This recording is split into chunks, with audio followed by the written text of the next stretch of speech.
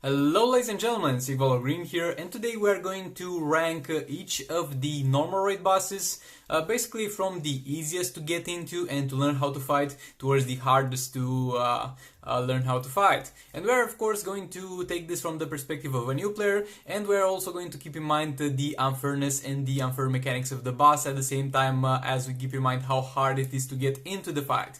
Because there are some scenarios where it does not matter how good you are at the game will just not let you have a good time. And also I'm going to rank this fight regarding as they stand in tier 6, because most of the new players are going to start off in tier 6, and that's where they are going to need to learn how to do things. This might just impact a little bit of the things here and there. For example, you need a much stronger tank to fight phase 3 in tier 8 than you need to build to fight in tier 6. And at the same time I'll rank the bosses considering how hard the specific boss is, not how hard to use the best team that's going to fight against it is. Because for example, when you're going to fight Captain Cold in the raids, it's going to be a pretty easy fight, but if you're going to use the multiverse team, which is the best team to use over there, it's going to be a very hard fight because the multiverse team is hard to use. But that's because of the multiverse team being hard to use, not because of Captain Cold being a hard fight. So yeah, with all that being said, let's get into it. Coming in at number 8, we are going to have Captain Cold.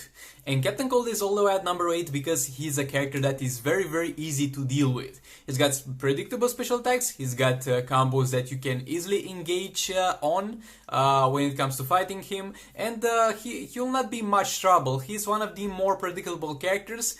Tag-ins will succeed in 99% of the cases when you're going to fight him, and the only downside to fighting him is that if you're not on top of your gameplay, you might get randomly stunned and killed, or you might get a special used on you and die instantly, but that's going to be because of the boss's mechanics that you yet fail to fully understand, not because of the boss being particularly hard. Because once you get the hang of it, Captain Cold will most likely be the easiest fight if you're going to use most of the teams.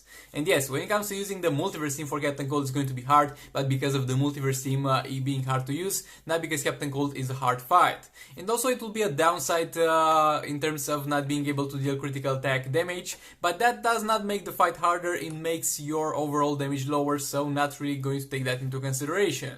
So yeah, Captain Cold is going to be number 8 for me, by far in my opinion the easiest fight, and the fight that you should start practice when you begin playing raids in Just Mobile to get a hang of it and then move on to other harder fights.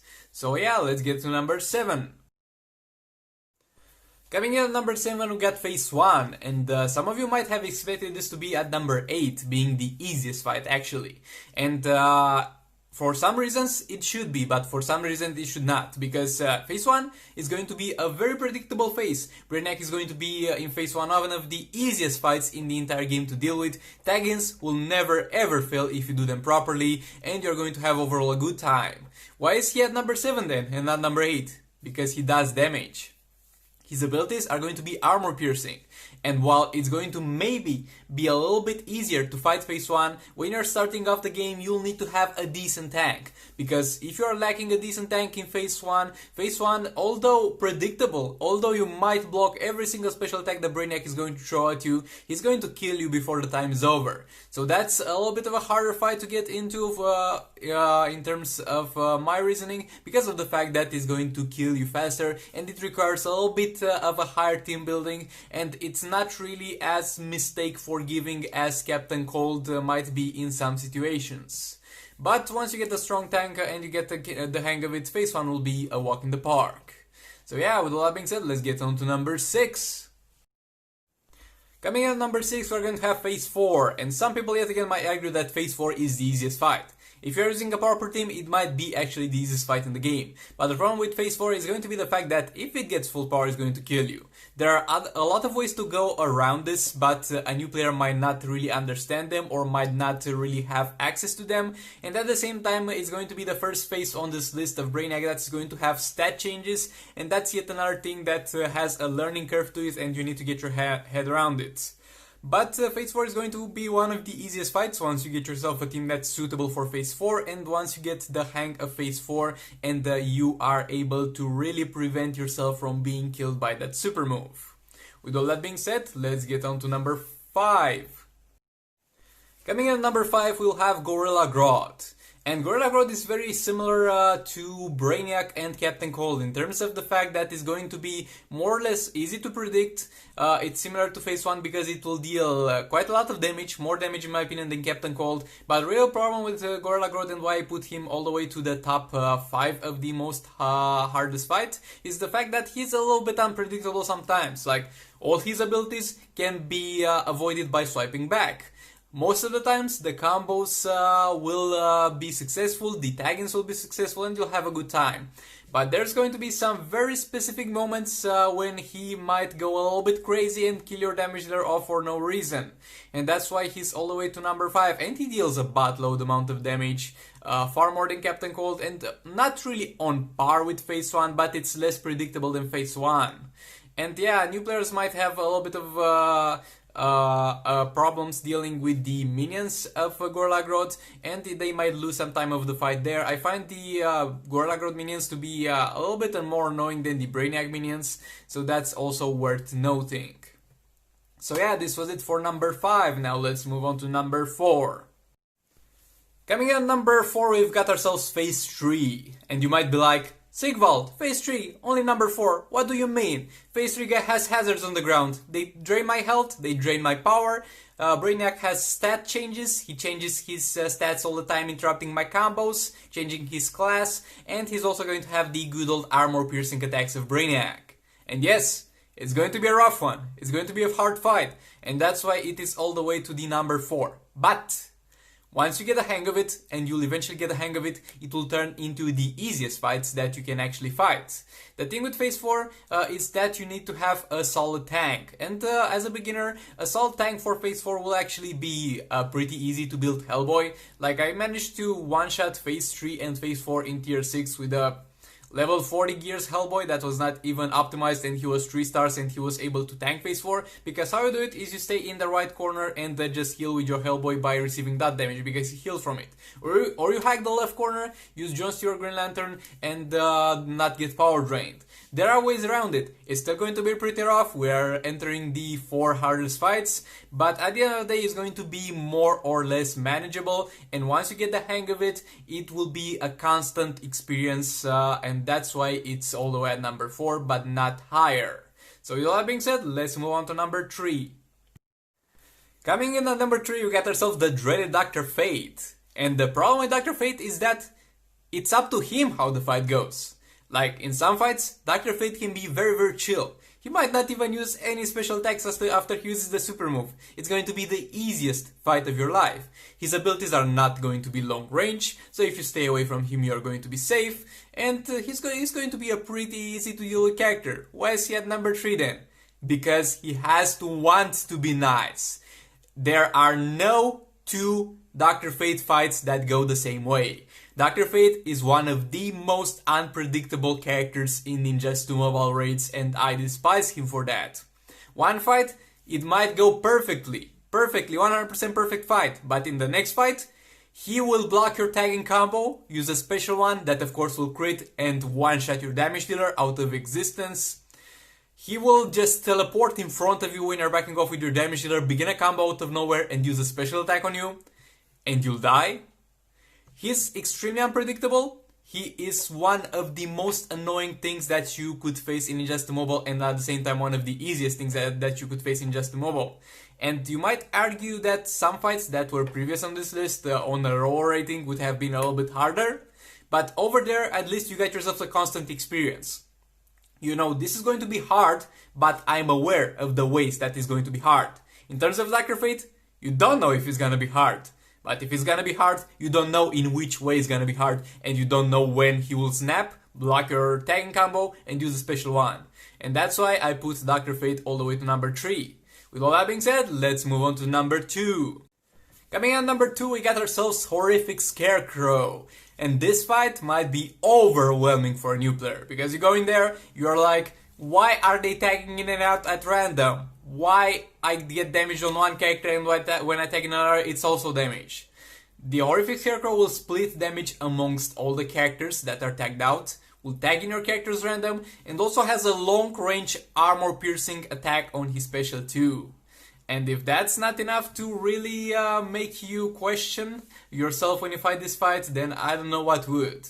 With Horrific Scarecrow, you really need to have a little bit of a setup. You need to have a strong character that can be used alone and that can withstand some damage. That usually being Kinflant Sakomen. You need to know to remove the gears from the other two characters.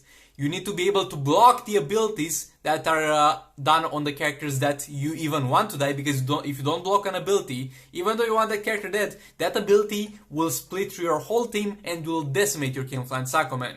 And after you've done all that, after both characters have died without getting hit by an ability directly without blocking, you're going to be left against Scarecrow with only one single character, and Scarecrow is going to be merciless for the most part. But, and that's a big but over there, what you can do is you can learn how to combo interrupt Horrific Scarecrow. It's not going to be the easiest thing. It's not a thing that a huge part of the Injustice Mobile fanbase knows how to do. And I'm not flexing over here, it's simple facts. It's a thing that you can eventually get the hang of it. Everybody can actually learn how to do this, but most people simply don't bother or simply don't know about the existence of this. You simply block Horrific Scarecrow first attack and then you begin your combo. It's that simple, but it's pretty damn hard to execute and it's pretty unforgiving, because one simple mistake is going to fart out a special 2 and down goes your character. Obliterate it. And also, if you do this, you'll have to take the super move. And that means that you should have had perfect gameplay until that point, so your king did not revive yet. Horrific Scarecrow is a very hard fight to get into, a very hard fight to learn how to fight properly. And when you learn to fight that properly, it's going to be easy for the most part, but you are going to be on the tip of your toes through the entire fight, because you know for a fact that one single mistake, it's all it takes to die. And that's why it's at number 2. And it's at number 2 because at the very least, you've got control over it. It's going to be a very hard fight, the second hardest fight in just the mobile raids, but at the very least, if you lose, you know the fact that I did a mistake, that's why I lost, next time I'm going to be better. That's why it is at number 2 and not at number 1. And with all that being said, let's get to the dreaded number 1. There is a rumor that there might be something that Injustice Mobile players hate more than not having any reforges or getting a silver swamping from a chest. 3 words. Phase 2 duty. There is something in raids that it's called Phase 2. And that's not the place where you want to be. I have never seen someone who would willingly go into Phase 2. They would go into Phase 2 because they have to. Phase 2 has to be defeated in order for you to be able to progress through the raids. But nobody wants to go there, because of a few reasons. First of all, you're going to fight against Brainiac. Brainiac is going to have crit immunity, not going to keep that in mind, because it's going to result in less damage, but overall it's not going to impact your gameplay. It's going to be a Brainiac, of course, so he will have some armor piercing abilities at his disposal. He's going to randomly tag in and out your characters. And at the same time, he's going to lock one of the abilities of the character that is active in the battle. And you might be like, yeah, but why is he harder than Horrific Scarecrow? Because Horrific Scarecrow also does the same things and does split damage towards the characters that are outside of the fight. Well, because of the fact that with Horrific Scarecrow, first of all, I have said you can learn to do a combo interruption and have a pretty reasonable fight from that point of view. And at the same time, Horrific Scarecrow does have only one armor pierce ability, and that can be easily avoided. When it comes to Brainiac, your Kinflant Sakomen is going to have to be, for example, very strong to be able to fight Phase 2 alone. And even if you do so, if you decide to go solo with Kinflant Sakomen, you're going to have to gamble, because he might lock your special tree, and if he locks your special tree, then you're screwed. There's no unlocking that if Kinflant Sakomen is the last character alive. So that is why most people are using in Phase 2 the tank method. The tank method is going to be using a tank, usually Shazam, and a damage dealer, usually Kinflant Sakomen, and tagging in and out in between them. So this way you ensure that you'll not always have your special tree locked with Kinflant Sakomen, and it's going to be less of a gamble. There's only one problem with this, and it's one very big problem.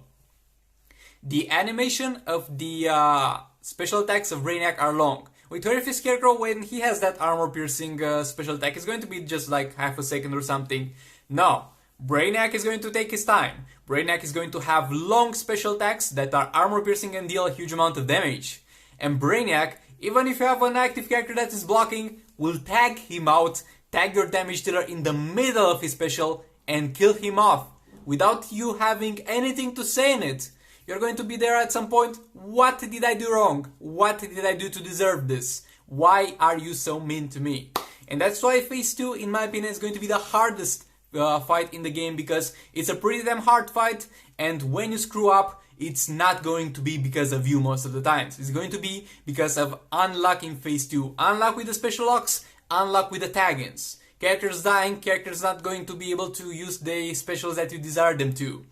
It's a fight where you have next to no control over what happens, and it's just a roll of dice.